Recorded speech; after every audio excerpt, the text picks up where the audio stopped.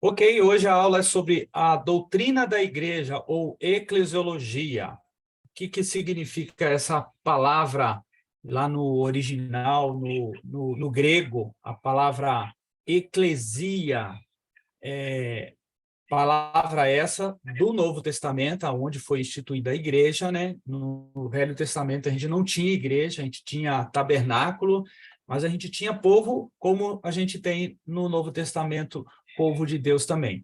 Então, na maior parte das suas ocorrências, para essa palavra eclesia, significa uma congregação local de cristãos, de pessoas que creem em Cristo, ou pequenos cristos, que é o que se denomina o termo cristãos. Os crentes, eles estão perdendo o conceito de igreja como um corpo vivo. Penso na igreja como um prédio, um templo, um edifício sem qualquer tipo de personalidade, em vez de considerá-lo a, como a noiva de Cristo, que é a união do povo separado para servir a Deus. Então, de fato, a Igreja de Cristo, ela não pode ser localizada somente em um local específico. Rua Florindo Capuzzi, 64. A verdadeira igreja, ela está espalhada nas casas, por exemplo, na casa da Dani, na casa da Alessandra, na casa do Nildo, na casa da Sabrina, na minha casa. Onde nós estamos, ali está a igreja do Senhor. O apóstolo Paulo deixou bem claro esse pensamento lá na carta aos Efésios.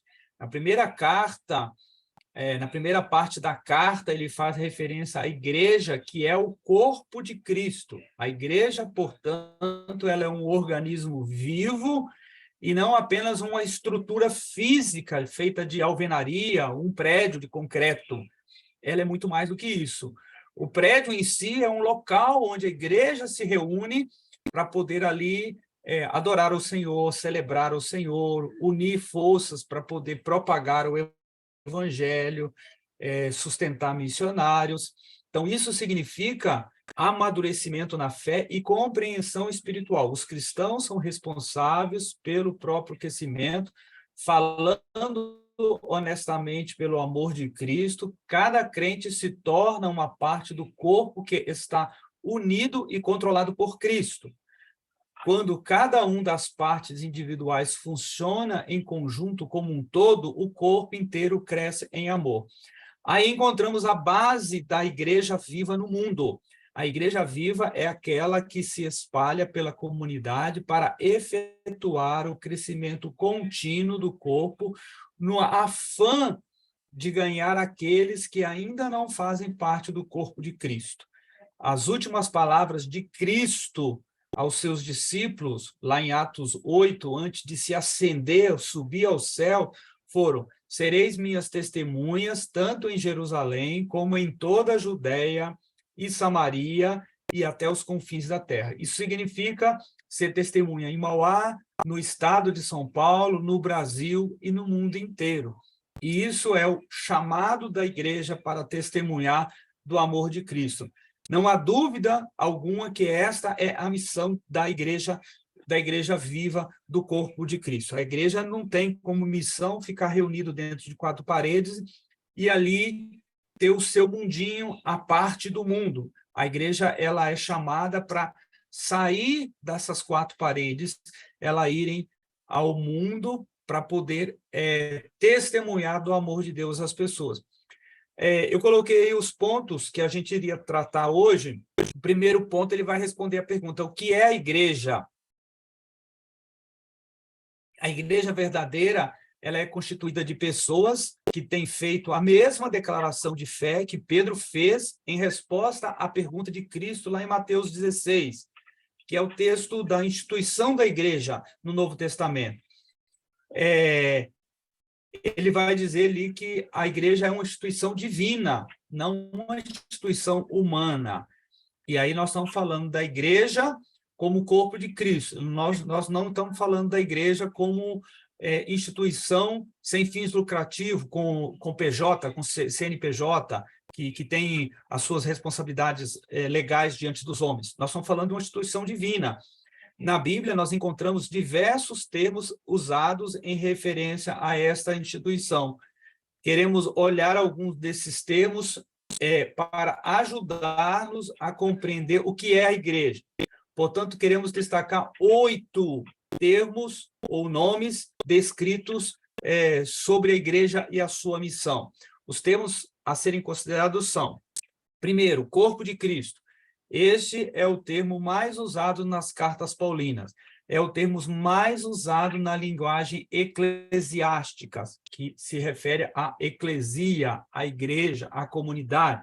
Algumas referências bíblicas são Romanos 12, verso 5, 1 Coríntios 12, de 13 ao 20, Efésios 4, que eu já citei, 4 ao 30, e aí ele vai dizer, como nossos corpos são a evidência das nossas pessoas, nossa existência, de igual modo, a igreja, sendo o corpo de Cristo, deve ser a evidência da presença atual de Cristo na Terra. Somos embaixadores, somos representantes de Cristo aqui na Terra. Temos a missão dada por Cristo para poder divulgá-lo, para poder representá-lo. Segundo ponto, ou termo, o reino de Deus. Esse termo, evidentemente, é usado com 2 significados na Bíblia. Há diversos textos onde encontramos referências ao reino de Deus, que pelo estudo do contexto, concluímos estar falando da igreja. Alguns textos são, por exemplo, Romanos 14, 17, fala, porque o reino de Deus é alegria no Espírito.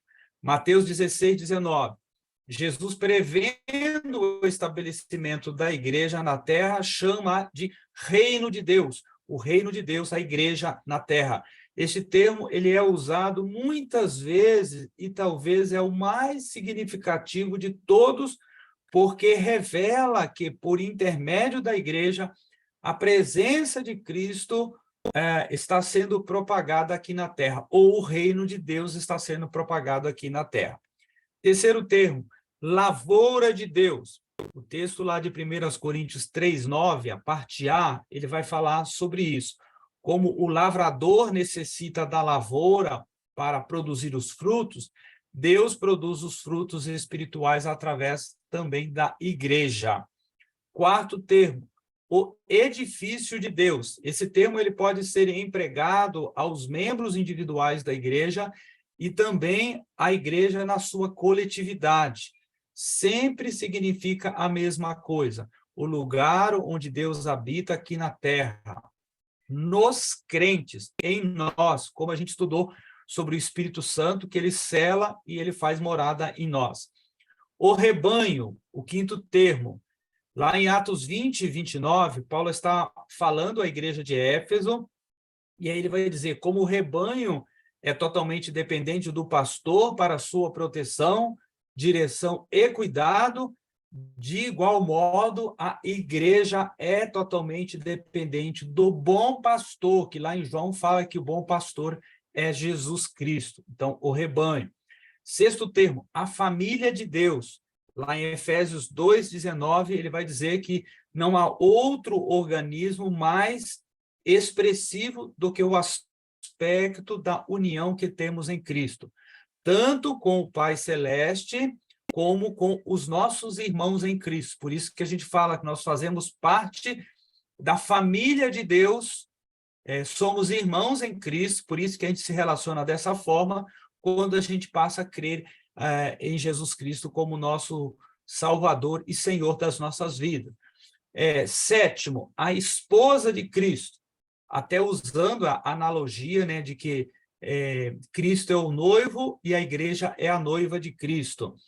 Lá em Atos 19:7, ele vai falar que a Bíblia ensina que a esposa e o esposo é uma só carne aos olhos de Deus. Assim, esse termo revela a completa e total identificação da igreja com Cristo. E o último, a noiva. 2 Coríntios 11:2. Ele vai falar sobre uma noiva, uma virgem pura, que aqui apresenta o aspecto de amor mais sincero, mais profundo, esperando impacientemente ou ansiosamente o dia das bodas com o Cordeiro, no caso aqui, com Jesus. Isto é, sem dúvida, a atitude do noivo, de Jesus Cristo, em relação à noiva, à igreja. E também deve ser a atitude da noiva, da igreja, amando a sua vinda, a vinda do noivo. Hoje é dia de ceia, é dia de a gente celebrar a volta de Jesus, né? Como ele disse que a gente deve celebrar a ceia até que ele volte, almejando, Maranata, a hora vem Senhor Jesus, almejando que Jesus venha para buscar a sua igreja mesmo. Então, é aquele o dia em que a igreja vai entrar nas regiões celestiais, visivelmente, estará na presença contínua de Deus, é o dia da redenção, que Paulo descreve lá em Romanos 8, 23.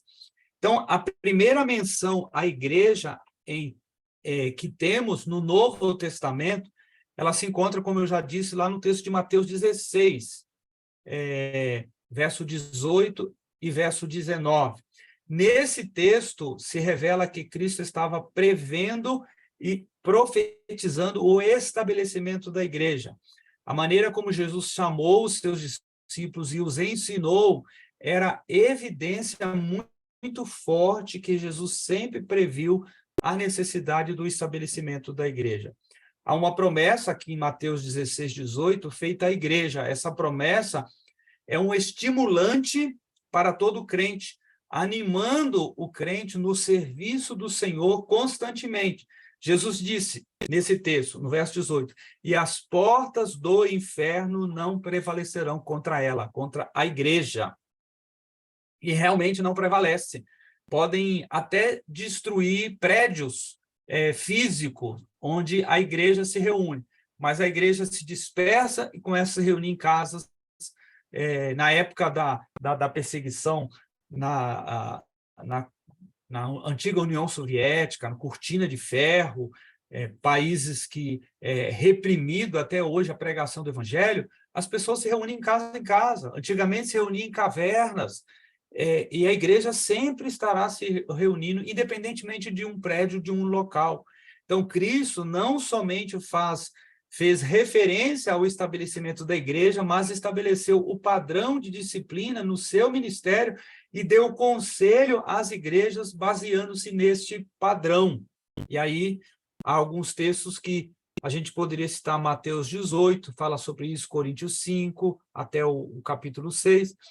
O segundo ponto da nossa lição vai falar sobre o significado da igreja como corpo de Cristo. A igreja, como já disse, é um organismo, nossos corpos são organismos, porque todos os membros têm a mesma vida. Assim também a igreja é um organismo, porque a mesma vida está em todos os membros. Por meio de um Espírito, o Espírito Santo, fomos batizados num só corpo, o corpo de Cristo. Então, o batismo no Espírito Santo, como disse na outra lição, é o momento que a gente crê em Cristo, somos batizados pelo Espírito Santo. Aí teremos, sim, o batismo nas águas, semelhante ao batismo que Jesus se deixou ser batizado, para exemplo, ali por João Batista. 3 aspectos do corpo de Cristo e a sua relação com o cabeça, com a pessoa de Jesus. Primeiro aspecto, a igreja é um corpo que edifica a si mesmo. Paulo ele apresenta aqui várias classes de dons doados para a igreja. Lembra que a gente explicou naquela lição sobre o Espírito Santo a diferença de dons e de talentos?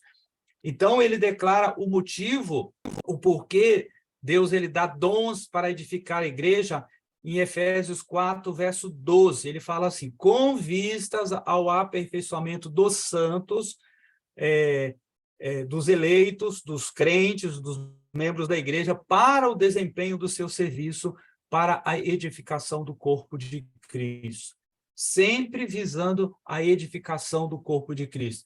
Ele vai dizer que há um só alvo, conforme o verso 13, até que todos cheguemos à unidade da fé e do pleno conhecimento do Filho de Deus, à perfeita varonilidade, à medida da estatura estatura da plenitude de Cristo. Em outras palavras, até que nós sejamos mais parecidos com Jesus.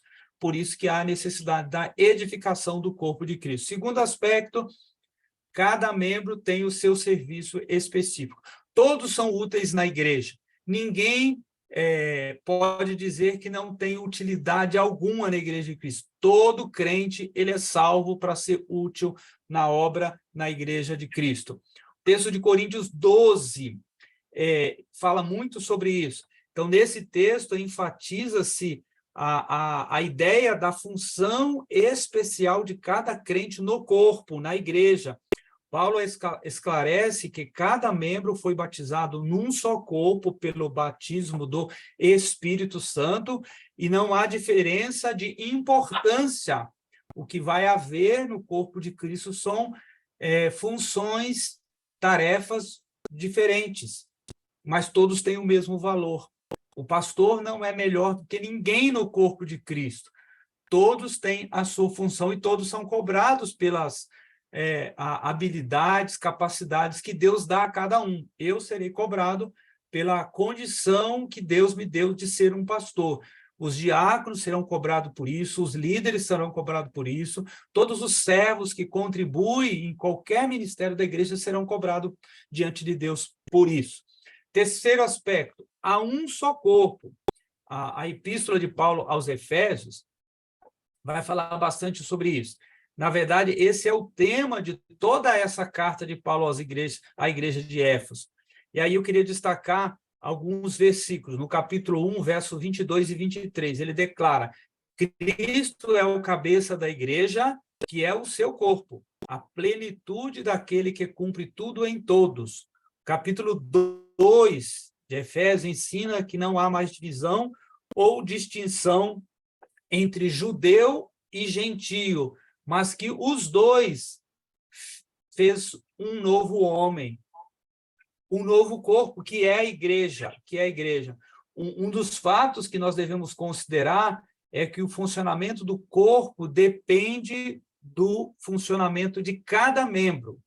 Então, se todos os membros estão bem com o Senhor, o corpo vai bem.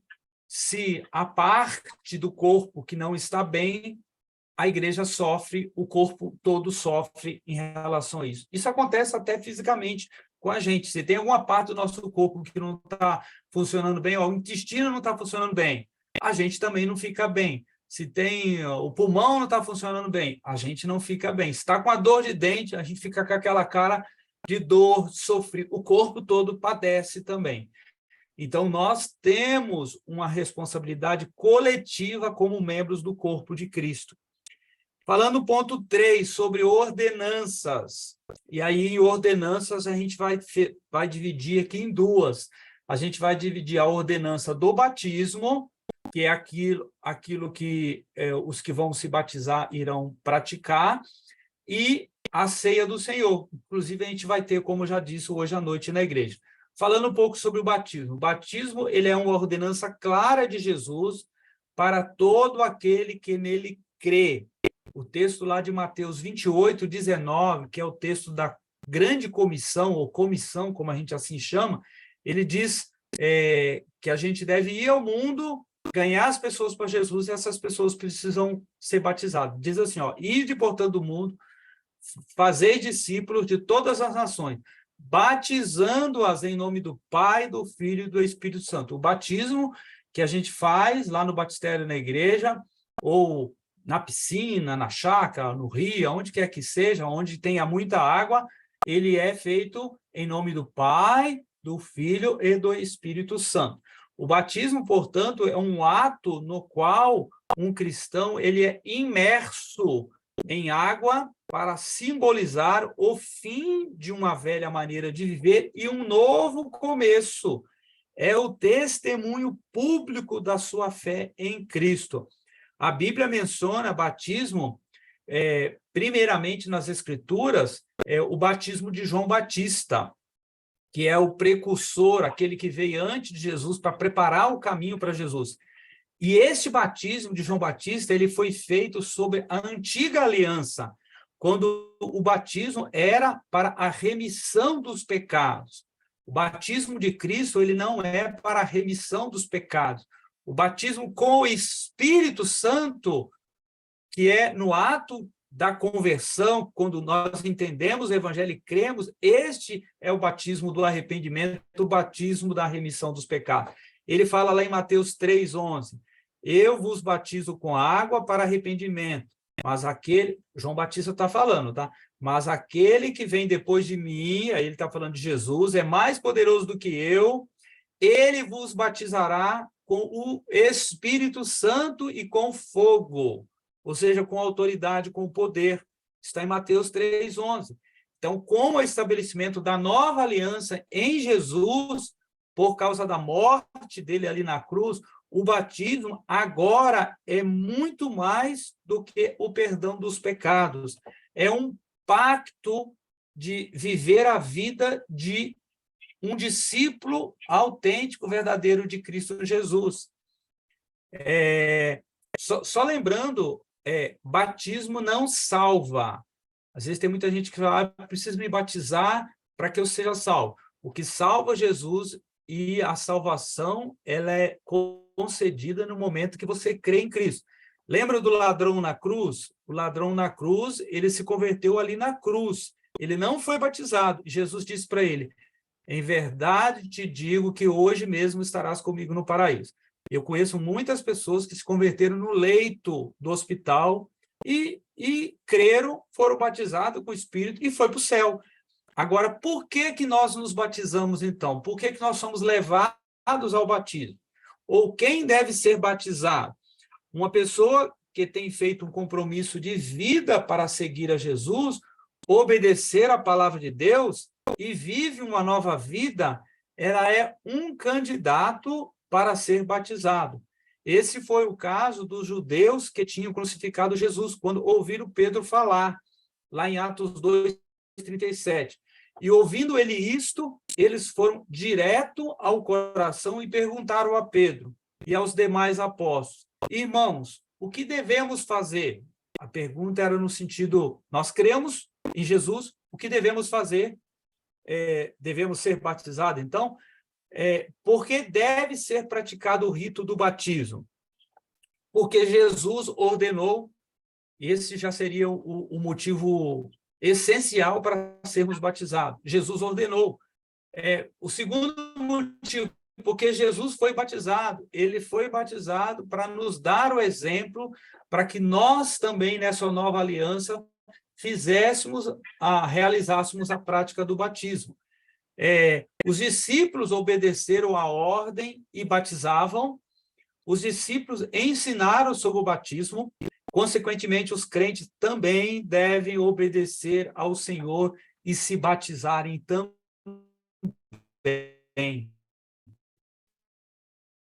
Crente que está na igreja, que diz que crê em Jesus, é crente que tem que se batizar, obedecer a ordenança de Jesus. E só pratica a segunda ordenança da ceia do Senhor quem é batizado, quem obedeceu a Jesus, quem seguiu o exemplo de Jesus, inclusive se batizando sem necessidade alguma, porque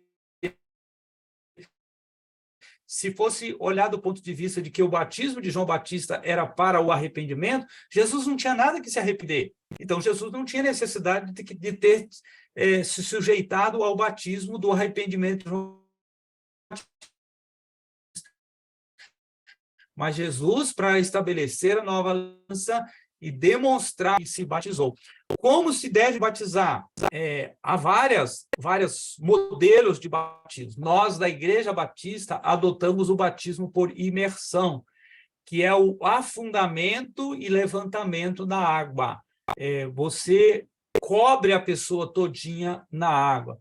E aí, tem alguns textos que a gente usa como base. Por exemplo, João 3:23. Ali a gente tem a expressão muitas águas, quando ali muitas águas para ser batizado. Por exemplo, outro texto, Marcos 1:5, nós temos a preposição na expressão no rio, indicando dentro da água, lá no rio, quando fala a gente tem a expressão, tem o caso do eunuco lá, que foi evangelizado por Filipe lá, e questionou: o que me impede de eu ser batizado? Há ali muita água. Então, desceram ambos no rio e ele foi batizado. Há outras formas de batismo, além da imersão, que é a que praticamos, a imersão. Há também o batismo por aspersão e efusão. Esses nós não adotamos.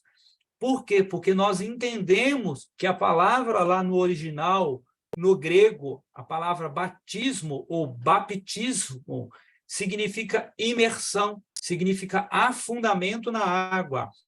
Então, a imersão é muito mais símbolo de sepultamento e ressurreição do que aspersão.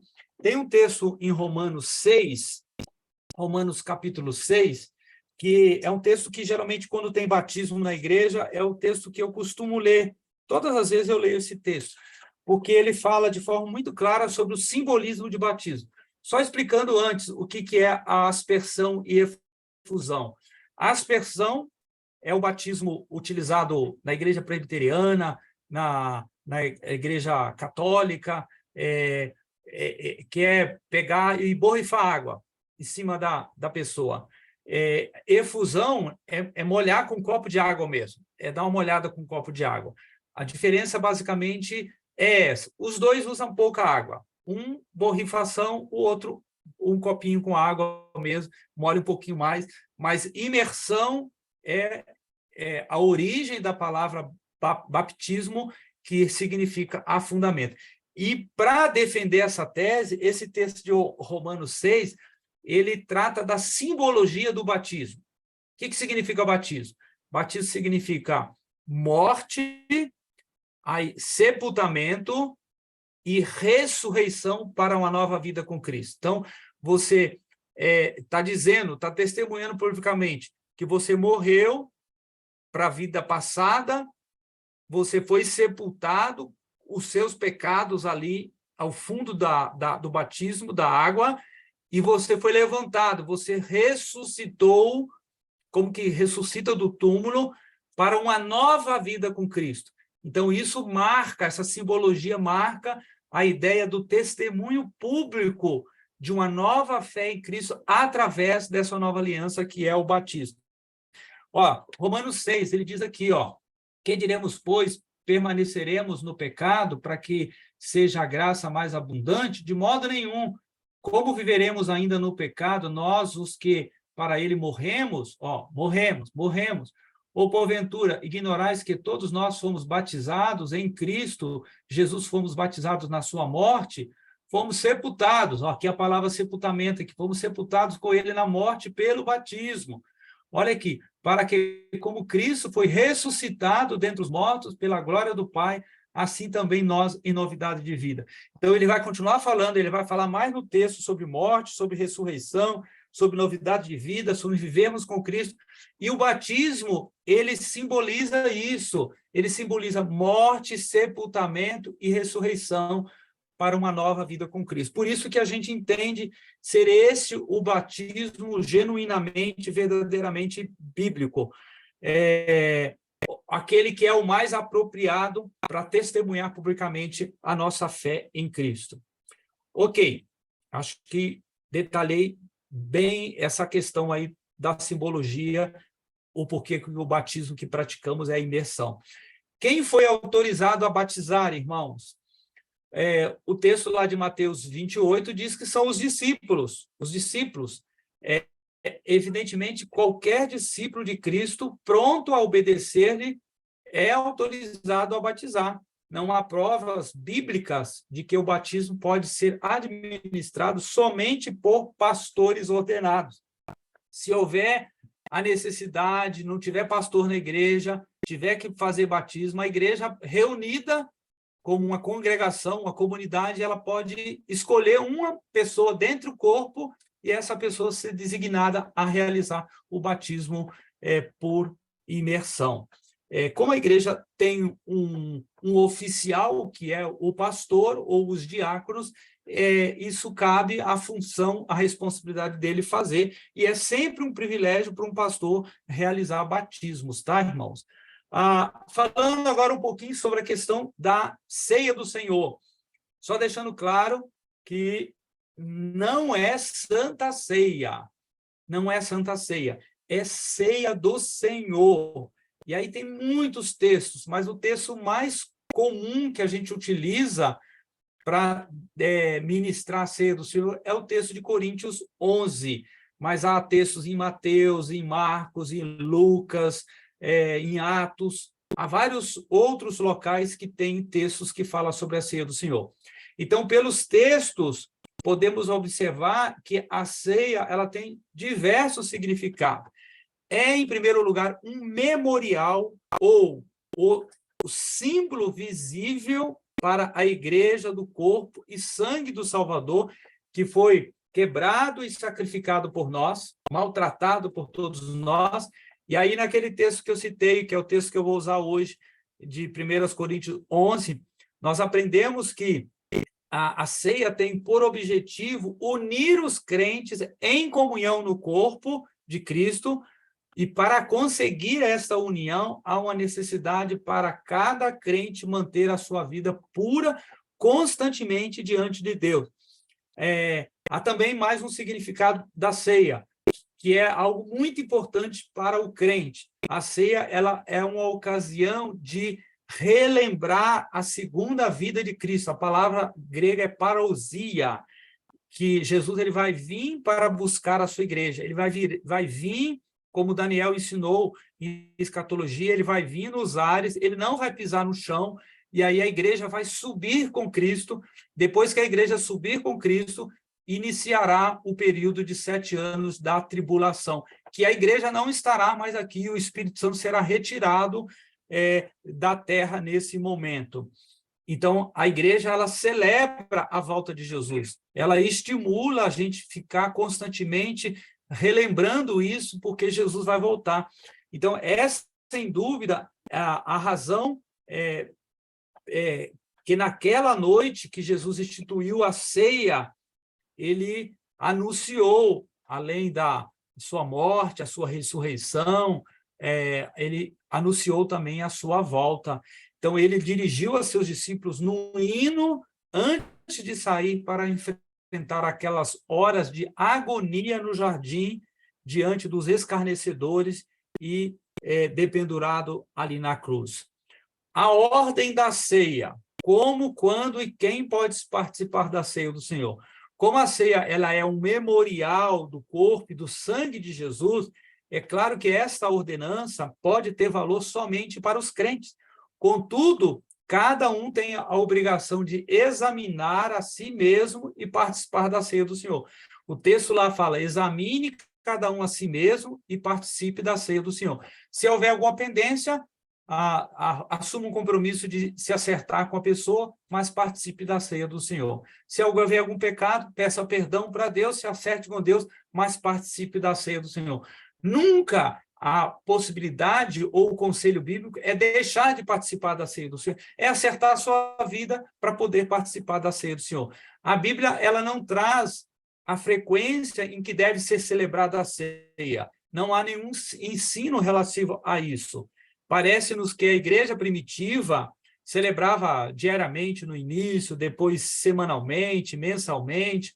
A gente aqui, às vezes, a cada 2 meses, 3 meses, até para não se tornar algo sem sentido, sem valor, ou ficar algo mecânico na vida da igreja, para que as pessoas anseiem participar da ceia do Senhor. Mas não há problema. Tem igreja que é a cada 6 meses, uma vez por ano, não há nada de errado em você estabelecer um prazo maior para a ceia do Senhor. Nós, como batista, que nós somos da Aliança Batista Mundial, da Convenção Batista Brasileira, nós cremos que os elementos da ceia do Senhor, o pão, que simboliza o corpo de Cristo, o corpo que foi humilhado, foi maltratado, perfurado, e foi sepultado. E o cálice, né? No nosso caso, o vinho, ou a gente usa o suco de uva, que, na verdade, o vinho daquela época, naquele caso ali, não era um vinho com teor alcoólico, era como se fosse o suco de uva concentrado que a gente toma hoje. Evidentemente, com o tempo, ele vai no processo natural, ele vai criar álcool nele. Então, nós cremos que esses dois elementos, eles são simplesmente elementos, tá? Tanto é que no final da ceia, às vezes as crianças querem tomar suco, querem comer, não há nenhum problema. Na Igreja Católica, não pode usar esses outros elementos depois, porque eles foram consagrados. Então, é um pecado alguém querer comer a hóstia lá, ou tomar o vinho, que no caso da Igreja Católica é só o padre que toma. No nosso caso, não há problema, isso são apenas elementos que naquele momento nós celebramos, e o pão e o cálice, eles são símbolos daquilo que representa o corpo de Cristo e daquilo que representa o sangue de Jesus que foi derramado por nós na cruz, e que a Bíblia diz que é um sangue purificador, que nos purifica de todo o pecado. Há algumas igrejas que entendem que o elemento, no momento da ceia, se transforma no corpo de Cristo, ou se transforma no sangue de Cristo. Isso se chama transubstanciação. Especificamente, a Igreja Católica crê dessa forma, mas tem uma outra denominação que crê na consubstanciação. A diferença é que uma doutrina, uma crê que a doutrina de Cristo, ou seja, como se ela descesse dos céus e transforma as substâncias no seu corpo e no seu sangue. Deixa eu só ver aqui. Esse conceito aí de transubstanciação, na qual se crê que a substância do pão e do vinho sejam transformadas, evidentemente, no corpo e no sangue de Jesus. Já no caso da consubstanciação, crê-se que as substâncias do corpo e do sangue se unem. A diferença é essa: se une a substância do pão e do vinho. É como se Cristo realmente estivesse presente nos elementos. Essa é a diferença. Uma transforma e a outra crê que Cristo está presente, vivo ali no momento. São duas ideias heréticas, né, infundadas. A ideia mais aceitável é a do memorial, de que é simbólico, de que aquilo realmente é um elemento, de que é um pão e vai continuar sendo pão, que não tem problema nenhum comer aquilo depois e tomar o suco depois. Por isso que a gente adota esse critério para nós da Igreja Batista. Ponto 4, eu acho que é o último ponto aqui, falando um pouquinho sobre história batista. Os batistas afirmam estar edificados sobre o fundamento dos apóstolos, a sã doutrina e dos profetas, sendo o próprio Jesus Cristo a principal pedra de esquina, a pedra angular, a pedra preciosa, né? Aquele que é a base da igreja. Surgiram, então, após o início e expansão da igreja, alguns grupos que discordaram das igrejas centralizadas pelo Império Romano, falando um pouco do surgimento das igrejas, das denominações. Nesse caso, esse grupo, eles eram chamados de seitas. Na verdade, as igrejas governadas pelo Império que eram as seitas, porque ingeriam. As quais eram chamadas, aquelas que eram chamadas de seitas, que eram as bíblicas, pois procuravam ser as mais parecidas com os ensinamentos de Cristo possível. Não pretendemos, irmãos, afirmar que essas antigas seitas fossem conhecidas pelo nome de batista. Porém, em geral, sustentavam os princípios mais proeminentes e distintivos que eles sempre caracterizaram como um povo batista. Então, a gente pode definir esse povo da seguinte maneira: eles declaravam e defendiam o direito de fé, como nós fazemos, consciência e liberdade de culto. Eles negavam autoridade aos papas e direito aos reis e estados e interferiram com o povo em assuntos religiosos. Eles rejeitavam o batismo infantil, como nós rejeitamos. Eles rejeitavam o batismo por aspersão e defendiam o batismo por imersão. Reputavam a Bíblia como a única regra e autoridade em questão de fé e prática religiosa, ou pelo menos a lei e os livros que estavam em fase de formação de cânon ali na igreja primitiva, admitiam como membros das suas igrejas somente aqueles que professassem serem regenerados e andavam piedosamente com Deus. Esses são alguns dos princípios. Os batistas brasileiros, como que eles surgiram? A história dos batistas no Brasil é, inegavelmente, a história do trabalho missionário da Convenção Batista do Sul da América do Norte e os frutíferos labores da Convenção Batista Brasileira, um capítulo glorioso no desenvolvimento do testemunho batista da América Latina. No ano de 1880, a Convenção Americana dos Estados Unidos enviou um casal chamado William B. Begbie para trabalhar em Santa Bárbara do Oeste. Em 1882, o casal Zacarias Taylor chegou também ao Brasil.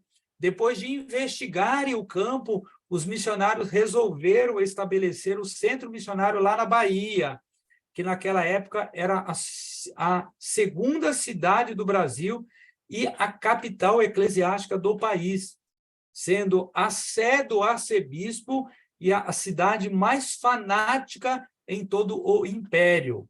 Aos 15 de outubro de 1882, foi organizada a primeira Igreja Batista Nacional, com apenas 5 membros, 4 americanos e apenas um brasileiro. A primeira Associação Batista do Brasil foi organizada no Rio de Janeiro, em 1894, pelas 2 igrejas do sul do Brasil. A primeira Igreja Batista de São Paulo foi organizada em 6 de julho de 1899, com 18 membros apenas. E, no último ponto, eu serei bem breve, irmãos, pois é um assunto sempre constrangedor de tratar, por mais que saibamos que devemos fazê-lo. Muitos pensam que pastores só estão na igreja visando dinheiro, visando recursos para si.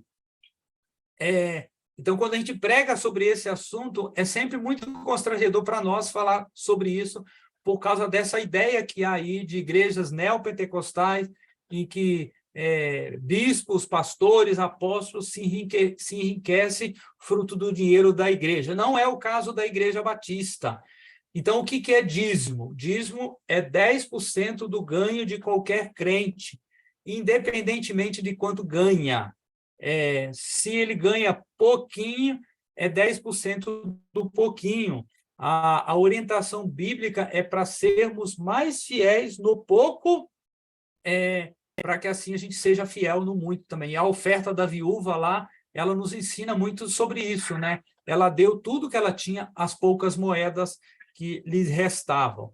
Então, o dízimo, ele é uma expressão de amor a Deus e a sua obra, porque o dízimo é usado na expansão do reino, na propagação do evangelho.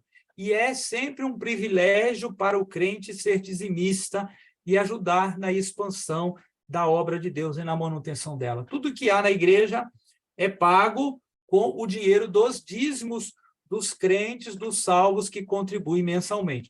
Então, dízimo não é parte da lei, como alguns tentam justificar, para não devolverem o dízimo, dizendo, se é da lei, está na antiga aliança, portanto, eu não preciso doar o meu dízimo. No Velho Testamento, o Melquisedeque, que é anterior à lei, diz o texto lá que ele dava o dízimo dele. Então, essa prática era uma prática comum antes mesmo da lei, portanto, não deve ser atrelada à lei. Então, o conceito do Novo Testamento, da dispensação da graça, da liberdade que a gente tem em Cristo, é que devemos dar não só o nosso dízimo. O dízimo é apenas um número, apenas um valor, mas darmos as nossas vidas e tudo que somos e tudo que temos para o Senhor. Isso não quer dizer doar todos os nossos bens para a igreja, mas doar nossa própria vida em adoração, em consagração a Deus. Por quê, irmãos? Porque nós somos mordomos, ou seja, nós usufruímos de tudo que é de Deus para o nosso sustento, para o nosso prazer. Mas o Senhor, ele continua sendo dono de todas as coisas. O Salmo 24:1, ele fala: do Senhor é a terra e a sua plenitude, o mundo, tudo que nela há. Então, nós somos apenas administradores de tudo que pertence já ao nosso Deus. Então, sempre como expressão de gratidão a Deus, com alegria, não por força, não por cobrança, não por responsabilidade, aquilo que é proposto no coração, como Paulo diz em Coríntios, devemos ser fiéis nos dízimos e nas ofertas. Eu só quis dar uma pincelada rapidamente nesse assunto, porque é um assunto muito, muito delicado na vida de qualquer igreja, principalmente as igrejas sérias, como é a nossa igreja. Ok. A gente encerra agora essa lição.